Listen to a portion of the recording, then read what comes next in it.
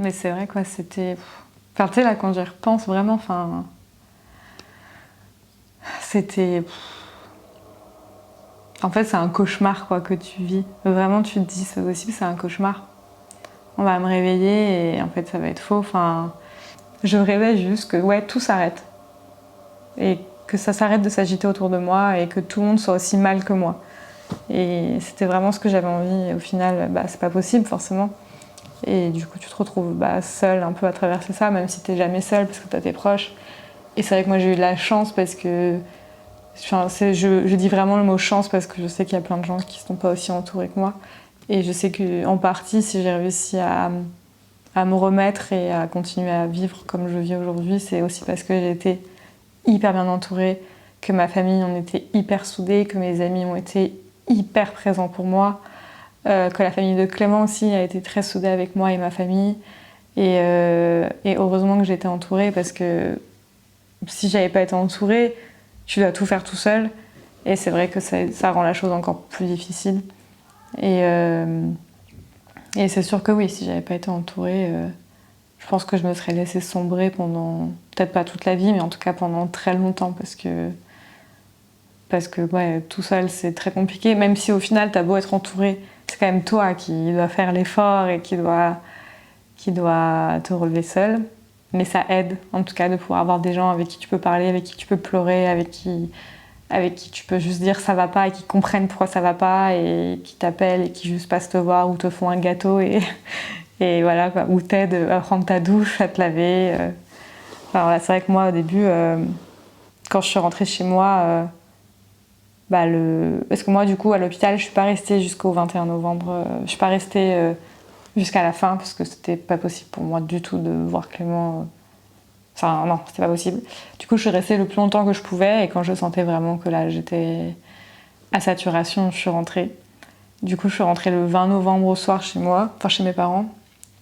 Et à ce moment-là, c'est ma mère qui m'a fait prendre mon bain, c'est ma mère qui m'a fait manger, c'est ma mère qui m'a couchée. Enfin, et pendant 2 semaines, j'ai dormi avec ma mère et quand je me réveillais en pleurant, elle était là, elle se réveillait aussi. Enfin, ouais, c'est vrai que j'ai eu l'impression un peu de redevenir un bébé dont on doit s'occuper parce que j'étais incapable de faire quoi que ce soit toute seule, quoi. Et c'est pour ça que je dis qu'heureusement que j'étais entourée. Parce que sinon, je sais même pas qui m'aurait fait manger, j'aurais même pas pensé à manger, j'aurais même pas pensé à me laver. Je sais qu'il y a un moment, je me suis rendu compte que ça faisait genre 1 semaine que je m'étais pas lavé les dents. Parce qu'en fait, j'en avais rien à foutre. Enfin, c'était pas du tout ma priorité d'être propre. T'es tellement plus là, de toute façon, ta tête, elle est tellement ailleurs que tu vois pas trop l'intérêt de ce que c'est de se laver les dents ou de se nourrir ou de s'habiller. Enfin, t'essayes juste en fait de vivre ta journée comme tu peux et puis c'est tout, quoi. Le reste, tu t'en fous. Au début, je dormais beaucoup. Parce qu'en fait, bizarrement, les gens souvent disent « Oh là là, comment tu fais pour dormir? Tu dois pas dormir et tout. Essaie de dormir, ça va te faire du bien. » Parce que moi, c'est souvent ce qu'on me disait « Il faut que tu dormes. » Mais en fait, j'ai fait que dormir. Et je pense qu'en fait, j'avais besoin de dormir pour pas penser aussi, je pense. C'est aussi, je pense, une façon de se mettre dans sa bulle. C'est qu'en fait, quand t'es réveillé, tu dois réfléchir, penser, tu repenses à tout ça. Au moins, quand tu dors, ton cerveau, il est off et tu penses plus à rien. Donc, je faisais que dormir au début. Vraiment, que dormir. Pendant une bonne semaine, beaucoup de gens s'étaient mis en arrêt, en congé et tout. Du coup, j'ai passé beaucoup de temps avec mes amis, ma famille. Je suis restée beaucoup chez mes parents et tous mes amis venaient me voir. En fait, c'est marrant parce que cette période, ça a été la pire période de ma vie. Mais j'ai aussi de très bons souvenirs de cette période parce qu'on était tellement... Enfin, chez moi, en fait, chez mes parents, c'était vraiment... La porte était ouverte à tout le monde, mais c'était réel. Enfin, tout le monde débarquait chez mes parents à longueur de journée. Il y avait tous mes amis qui étaient là tout le temps chez mes parents. Mes frères et sœurs étaient tous restés chez mes parents aussi. Et en fait, on était tous un peu... tous ensemble dans la maison. Voilà, le soir, on s'ouvrait une bouteille, on faisait un feu de cheminée, on papotait, on se rappelait des souvenirs. Et en fait, ça a été des moments très chaleureux.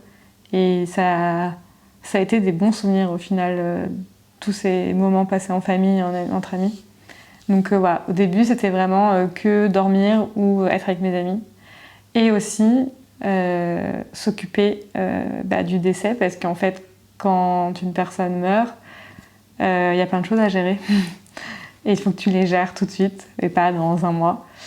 Donc déjà, comme Clément était auto-entrepreneur, déjà il a fallu prévenir son travail qu'il ne reviendrait pas travailler. Il y a beaucoup de paperasse, beaucoup de choses à gérer qu'il faut gérer tout de suite et qu'on te force en fait. L'hôpital s'occupe de beaucoup de choses. C'est eux qui préviennent la mairie, c'est eux qui mettent en lien avec les pompes funèbres et tout aussi, je crois. Mais tu as quand même beaucoup de choses à gérer à côté. Et donc ça te prend du temps. Et surtout, en fait, à ce moment-là, le moindre truc te prend une énergie de fou. Rien que de t'habiller ou de passer un coup de fil, ça te demande une énergie comme si c'était de gravir le Mont Blanc. Enfin, et j'exagère même pas, c'est vraiment ça. Et du coup, c'est vrai que ça te fatigue beaucoup en fait de devoir gérer tout ça. Et surtout, il faut t'occuper des obsèques parce que faut s'en occuper. Enfin, tu peux pas ne rien faire. Il faut s'occuper aussi de trouver un endroit où placer Clément en attendant que les obsèques arrivent parce que l'hôpital peut pas garder quelqu'un indéfiniment. Enfin, à partir du moment où il est décédé, il faut qu'il s'en aille, il faut qu'il libère le lit. Donc voilà, c'est vrai qu'il y a toutes ces choses-là qui te ramènent vite à la réalité et qui sont très dures. Et t'es peut-être pas forcément prêt à devoir gérer ça. Alors encore une fois, je l'ai pas géré toute seule. Au contraire, j'ai même pas géré beaucoup de choses finalement, parce que c'est surtout ses parents qui s'en sont occupés, mais j'ai quand même dû m'occuper de tout ce qui était de la vie à deux, que je devais finaliser. Il fallait que je rende mon appartement, parce que j'allais pas le garder, je pouvais pas payer un loyer toute seule. Donc prévenir le propriétaire, expliquer ce qui s'est passé, rendre l'appartement, vider l'appartement, trier les affaires de Clément, rendre les affaires de Clément à sa famille. Et mes parents au début ils sont allés sans moi parce que moi j'étais pas capable. Donc ils ont commencé quand même à faire un gros tri avant moi.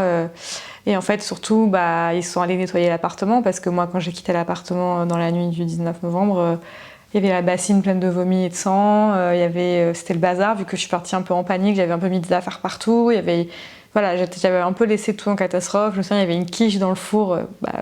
Qui était éteint, mais il y avait une quiche dans le four. Enfin bref, il y a beaucoup de choses en fait qu'il faut tout de suite un peu ranger et nettoyer. Donc ça, c'est mes parents qui s'en sont occupés parce que moi, j'en étais incapable.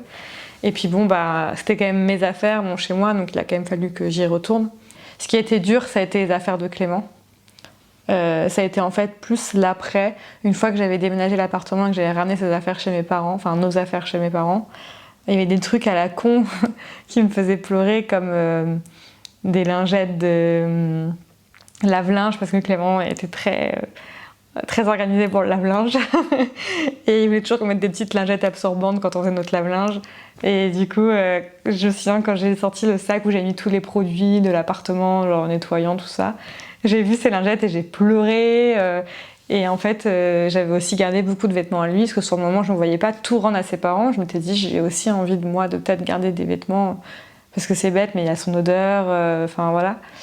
Et ça a été très dur. Le sac de vêtements de Clément, il est toujours chez mes parents depuis 3 ans. Il n'a pas bougé. Et ça a été un moment très dur, ça, par contre, de ramener ses vêtements chez mes parents, de les ranger quelque part. Ça a été hyper dur. Vraiment très, très, très dur. Et en plus, ce qui est dingue, c'est que quand tu perds ton conjoint, t'as 3 jours d'arrêt, genre offert par la boîte. 3 jours. Donc genre en 3 jours, t'es censé t'être remis, t'es censé être capable d'aller travailler, t'es censé ne plus avoir à gérer plein de trucs qu'il faut gérer en urgence. Enfin, c'est impossible. Impossible. Du coup, je me suis mise en arrêt. Donc c'est là quand même où les médecins, c'est bien qu'en France on puisse être en arrêt maladie, qu'on puisse en plus continuer à être payé, tout ça, parce que voilà, c'est quand même une chance qu'on a. Donc je suis allée voir mon médecin traitant qui me connaît très bien, il m'a mis en arrêt. Et je me souviens qu'il m'avait mis en arrêt 2 semaines. En fait, lui m'avait dit, je te mets 3 semaines. Et j'avais dit, non, 2 semaines. Parce que moi, je pensais vraiment que j'allais vouloir retourner au travail pour m'occuper, en fait, et pour pas penser à tout ça. Donc j'avais dit, non, tu me mets 2 semaines. Et il me semble que j'y suis retournée direct au bout de 2 semaines. Je suis retournée au travail, j'y suis allée une journée, je suis rentrée chez moi, et je suis plus jamais retournée travailler. Enfin, parce qu'en fait, déjà, je suis arrivée à mon bureau, et comme je l'avais dit au tout début, j'étais partie très précipitamment de mon bureau. Et en fait, j'ai retrouvé mon bureau dans l'état dans lequel je l'avais laissé. Donc un peu en bordel, quoi. Et quand je suis arrivée dans mon bureau, j'avais l'impression en fait d'être revenue juste le lendemain. Et comme si c'était rien passé, quoi. Sauf que c'était pas le cas. Et en plus, on était vers la fin de l'année, on était en décembre quand je suis retournée travailler. Donc tout le monde parlait des fêtes de Noël, tout le monde parlait de comment ils allaient s'organiser avec sa famille pour faire les fêtes. Et c'est vrai que bah, toi, t'as pas envie de penser à ça parce que pour le coup, les fêtes, on en a rien à foutre, quoi. Enfin, et forcément, c'est un moment de bonheur pour la majorité des gens. Donc tout le monde te dit ah, ça va être trop bien, on va faire ça avec mon mec, ou on va aller dans sa famille, et puis on va avec les enfants, on va faire ci. Enfin, quand il y a trop de bonheur autour de toi, c'est très compliqué à gérer dans ces moments-là. Donc c'est vrai que ça a été très compliqué. Et surtout, on me regardait comme si j'étais. Enfin. J'avais l'impression d'être au zoo, mais que j'étais l'animal, quoi.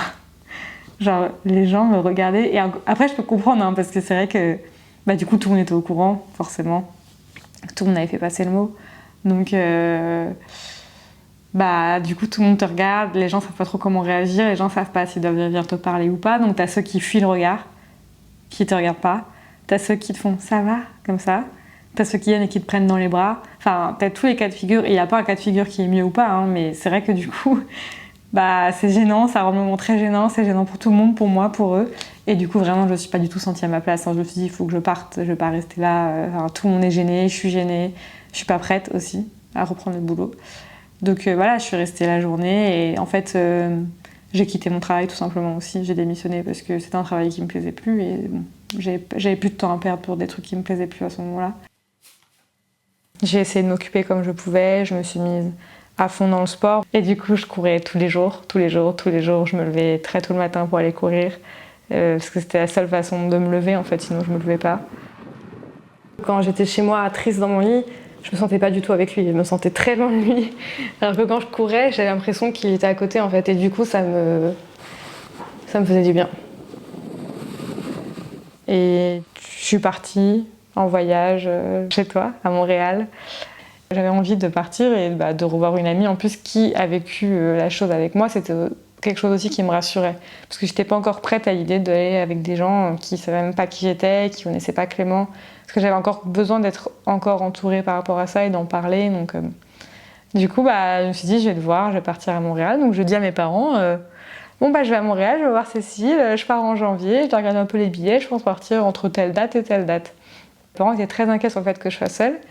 Et du coup, ils m'ont dit, est-ce qu'on pourrait venir avec toi?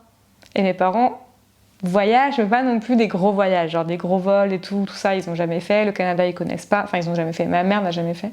Ils connaissent pas du tout le Canada. Voilà, ça faisait très longtemps qu'ils n'étaient pas partis à l'étranger. Et du coup, moi, j'étais un peu en mode, non mais vous allez pas venir. Enfin, maman, en plus, t'as peur de l'avion, jamais tu vas faire ça. Bah si, pourquoi pas, si. Et puis en fait, on s'est dit, ok, go, on y va. Du coup, on annonce un peu à mon frère et ma soeur qui vivaient avec nous, nous, de telle date à telle date, on part. Parce que mon frère et ma soeur étaient à l'école, donc ils sont en cours. Et ils disent, attendez, nous aussi, on veut venir. Et mes parents m'ont dit, ok, venez. Alors qu'ils étaient en études, en université, ma soeur passait des partiels, mais en fait, on s'en foutait tellement à ce moment-là. On était tellement dans une bulle hyper bizarre qu'on s'est dit, YOLO, on part tous les 5 au Canada, 3 semaines, ça va être trop bien.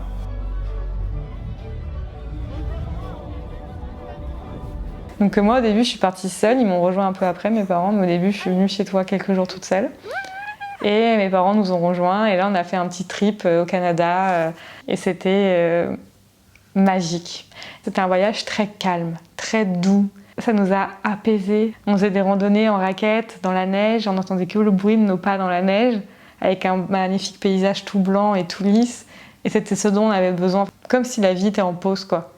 Et du coup, ça nous a fait un bien, mais fou. C'était en janvier, donc en plus c'était 2 mois après, donc c'est pas non plus très longtemps après. Mais ça nous a trop fait du bien. On a beaucoup rigolé, on a beaucoup échangé, on a passé des très bons moments ensemble et c'était un très beau voyage. Et le retour, forcément ça a été compliqué parce que tu reviens à la réalité et la réalité c'était que j'étais toute seule et qu'il n'y avait plus Clément et que voilà. Mais ça m'a permis quand même, ça m'a fait du bien, beaucoup de bien et ça m'a permis un peu de me reconnecter un peu à la réalité et puis que la vie c'est pas que le décès de Clément, c'est aussi d'autres choses.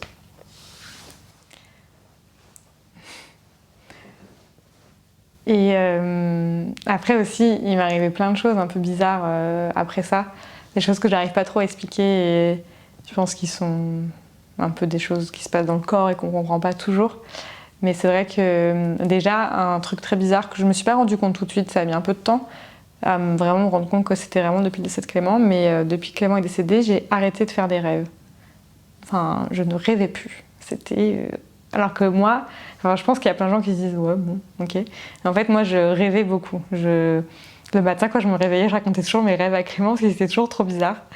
Et on se racontait nos rêves, et souvent, je les notais et tout aussi, parce que c'était marrant. Enfin, c'était vraiment des rêves chelous que je faisais. Et là, du jour au lendemain, j'ai plus fait de rêves. Déjà, quand je dormais au début, c'était tellement un sommeil profond que je n'avais rien qui se passait dans ma tête, quoi. Mais même après, quand mon sommeil s'est un peu régulé et que j'ai retrouvé un sommeil normal, je faisais plus de rêves. Je faisais que des cauchemars, mais pas de rêves, enfin, plus jamais. Et j'ai quand même eu, même encore aujourd'hui, j'ai des gros problèmes de sommeil. Je dors très peu, je fais beaucoup d'insomnie, et je re-rêve un peu, mais pas beaucoup. Enfin, c'est revenu un petit peu, mais pas non plus comme avant. Et je fais encore beaucoup de cauchemars. Donc je pense que ça aura toujours un impact sur mon sommeil, ce qui s'est passé. Et après aussi, du coup, il s'est passé un truc vraiment très bizarre, et ça montre vraiment à quel point ton cerveau et ton corps est très chelou, quoi. Mais en fait, du coup, Clément, ou avant sa leucémie, il avait des gros bleus, enfin, du coup, c'était déjà sa leucémie, mais il avait des gros bleus partout sur le corps qui apparaissaient, plutôt, enfin, des hématomes. Et ça m'a un peu marqué, ça. Voilà, ça m'a beaucoup marqué. Et en fait, je pense, 10 jours, enfin, plusieurs semaines après son décès, je crois qu'on avait déjà fait les obsèques, donc plusieurs semaines après son décès. Donc déjà, moi, le matin, j'avais du mal à me lever de base parce que j'avais pas envie de me lever, quoi. Trop compliqué de mettre les pieds en dehors du lit et de marcher. Donc déjà, de base, j'avais du mal à me lever. Et en fait, surtout, il y a un matin, je me réveille et je me rends compte que j'ai un petit bleu sur la cuisse. Mais je me suis pas cognée, rien, tu vois. Enfin...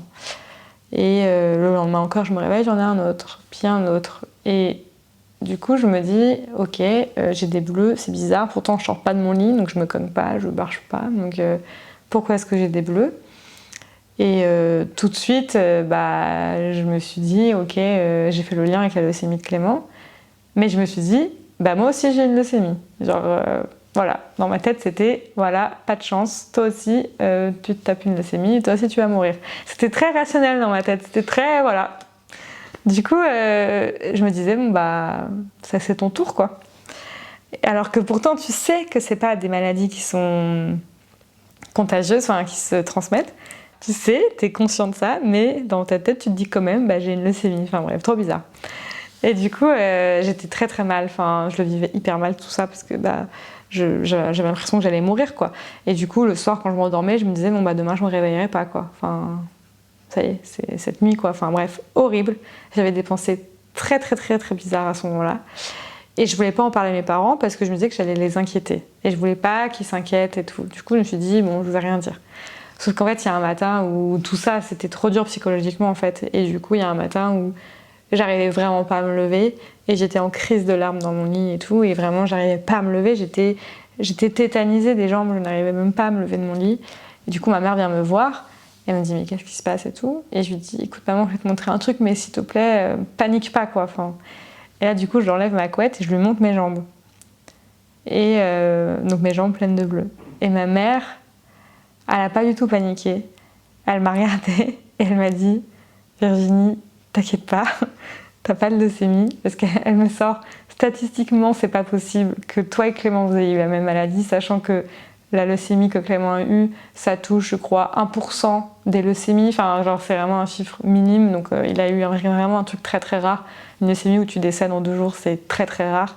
Souvent tu te peux faire soigner quand t'as une leucémie, donc c'est-à-dire ça a été un sujet parce que beaucoup de gens comprenaient pas qu'il soit décédé. Quand je leur disais qu'il avait une leucémie, ils se disaient ah mais il est pas mort, c'est pas possible, parce que moi mon père il a eu une leucémie mais il a été soigné. Enfin, du coup voilà, beaucoup de gens comprenaient pas trop. Du coup ma mère me dit tu peux pas avoir la même maladie que Clément, t'inquiète pas, enfin c'est pas possible. Et elle me dit c'est ton cerveau qui te joue des tours. C'est le choc post-traumatique. Enfin voilà, ton corps et ton cerveau réagissent à ce qui s'est passé, à tes peurs, et t'as une réaction.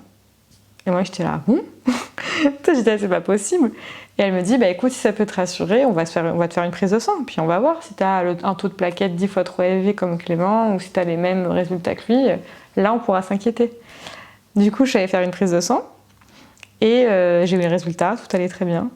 Et en fait, quand j'ai su que tout allait très bien, à partir de là, mes bleus ont commencé à disparaître. Et c'est arrivé qu'une fois, ça, par contre. C'est pas revenu après, plus tard, dans les années qui ont suivi. Mais ouais, ça a été une réaction très... Enfin, j'avais jamais eu ça, que mon corps prenne le contrôle et réagisse sans que moi, j'en ai conscience, quoi.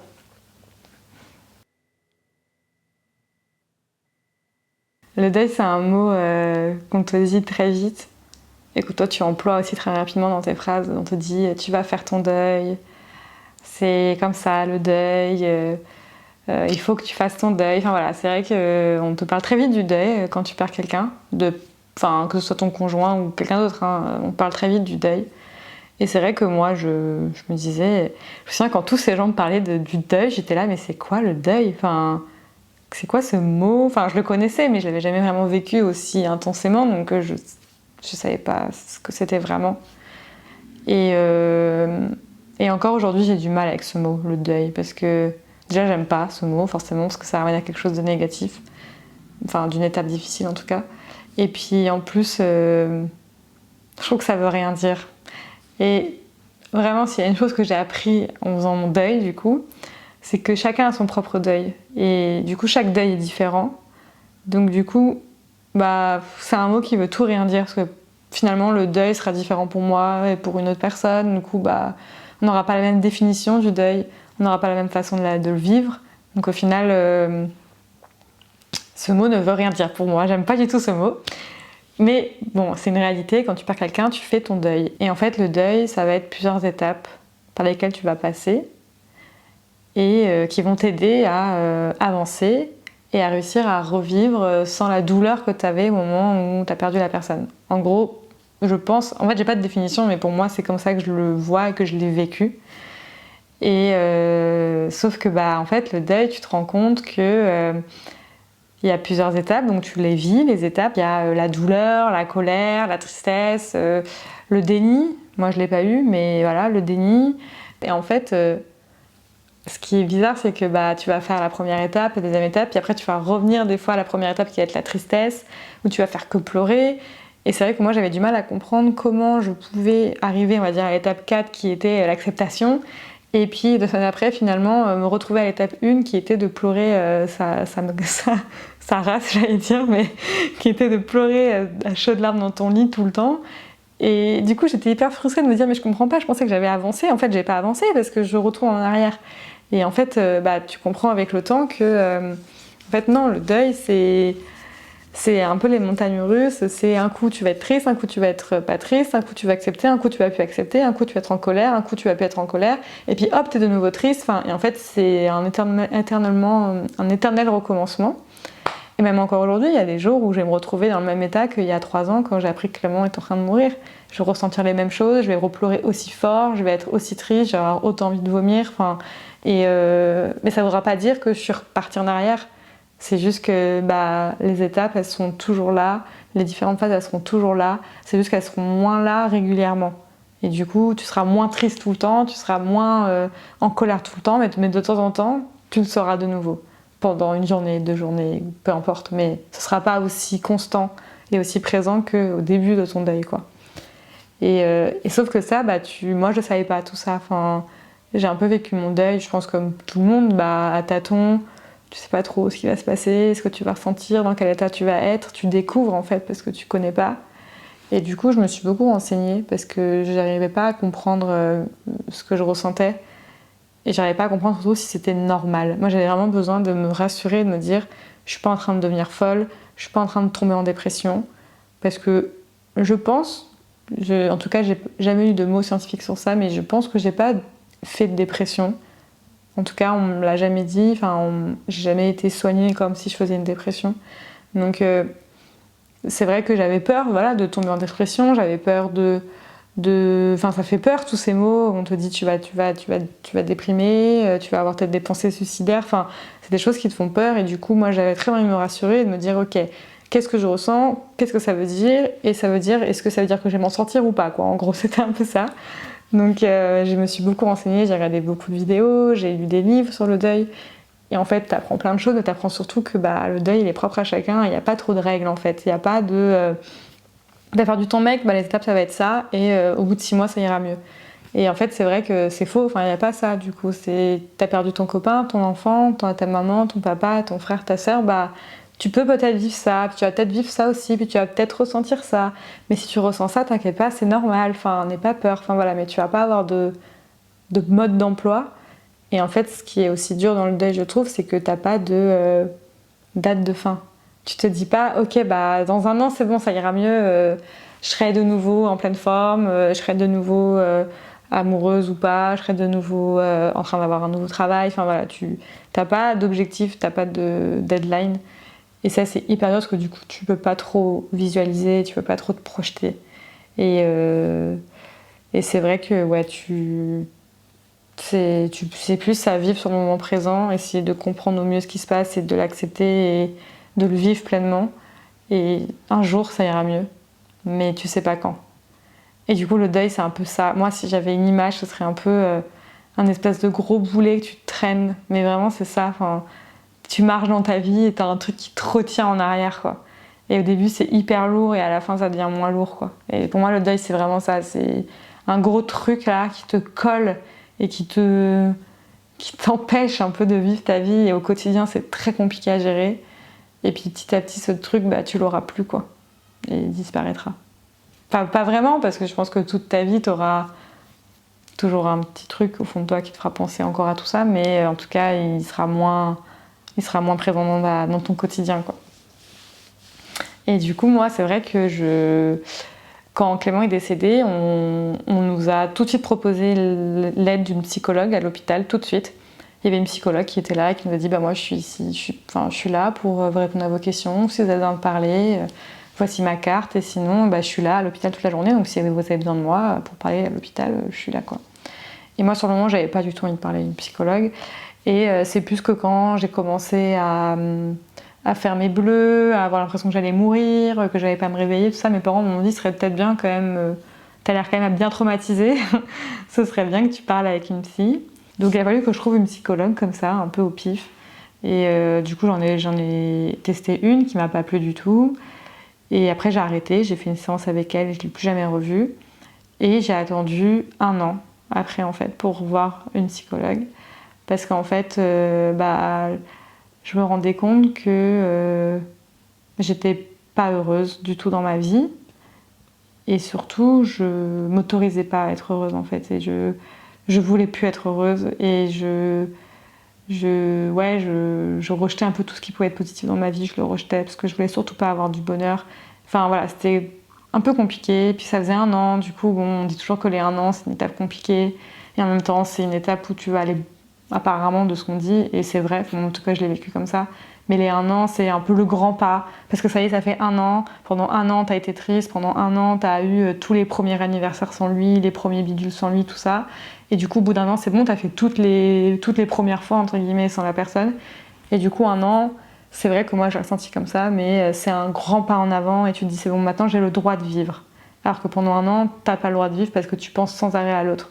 Et là, ça fait un an, donc c'est bon, tu peux de nouveau repenser aussi un peu à toi. Donc moi j'avais beaucoup d'attentes dès un an et en même temps les un an c'était très compliqué à gérer parce que ça fait déjà un an, enfin voilà c'est très compliqué. Donc j'ai vu une psy quand ça faisait un an, pile poil un an après. Et je me souviens, je suis allée la voir, pas forcément pour lui reparler de ce qui s'était passé parce que ça je l'avais bien, enfin pas bien assimilé mais en tout cas voilà, j'ai pas été traumatisée, j'ai pas eu de problème enfin j'avais réussi à reprendre ma vie quand même, ça m'a pas bloqué ma vie, j'ai réussi à avancer de moi-même par rapport au traumatisme vécu via le décès de Clément. Mais c'était plus pour aujourd'hui, maintenant, j'avais besoin d'aide pour moi parce que j'en avais marre d'être malheureuse, quoi. C'était juste, je me souviens, je suis arrivée dans son cabinet, je lui ai dit, je veux de nouveau être heureuse. Je veux de nouveau rêver. Enfin, pas rêver la nuit, hein, mais rêver de la vie. Je veux de nouveau avoir des projets, je veux de nouveau sourire, je veux de nouveau rencontrer des amis, me faire de nouveaux amis. Enfin, vraiment, c'était juste, aidez-moi à retrouver une vie, quoi. Une vie, parce que j'en peux plus, là. Et du coup, bah voilà, elle m'a beaucoup aidée. J'ai pas fait une thérapie hyper longue, beaucoup de gens disent que ça a été rapide, mais j'ai dû faire 6 mois, même pas de thérapie avec elle. Et c'est vrai que wow, ça m'a ouvert les yeux en fait sur la vie et sur le fait que je pouvais être heureuse et que des petits moments pouvaient me rendre très heureuse et il fallait que je prenne ce bonheur et que je le vive pleinement pour m'aider en fait à m'ouvrir et à être réceptive à d'autres choses qui pouvaient me faire du bien et me faire avancer. J'ai aussi appris à vivre pleinement les moments où j'étais triste, à pas essayer de me dire non mais faut pas que je pleure, Virginie faut que t'avances, ça fait déjà 1 an, arrête un peu, enfin bah non en fait, à accepter que oui il y aura des jours où je vais être au fond du trou dans mon lit et à le vivre en fait cette journée et pas juste mettre pause et attendre que ça passe, non à le vivre, à pleurer, à profiter de cette journée où je suis triste pour pourquoi pas regarder des photos, me rappeler des souvenirs, relire des mots qu'on s'était écrits pour vivre à fond cette période un peu triste mais le vivre. Et après, le lendemain, du coup, ça va mieux et pas essayer d'empêcher cette tristesse de matin. Bah non, elle m'atteint et je le vis et je suis OK avec ça. Et elle a surtout réappris à vivre seule.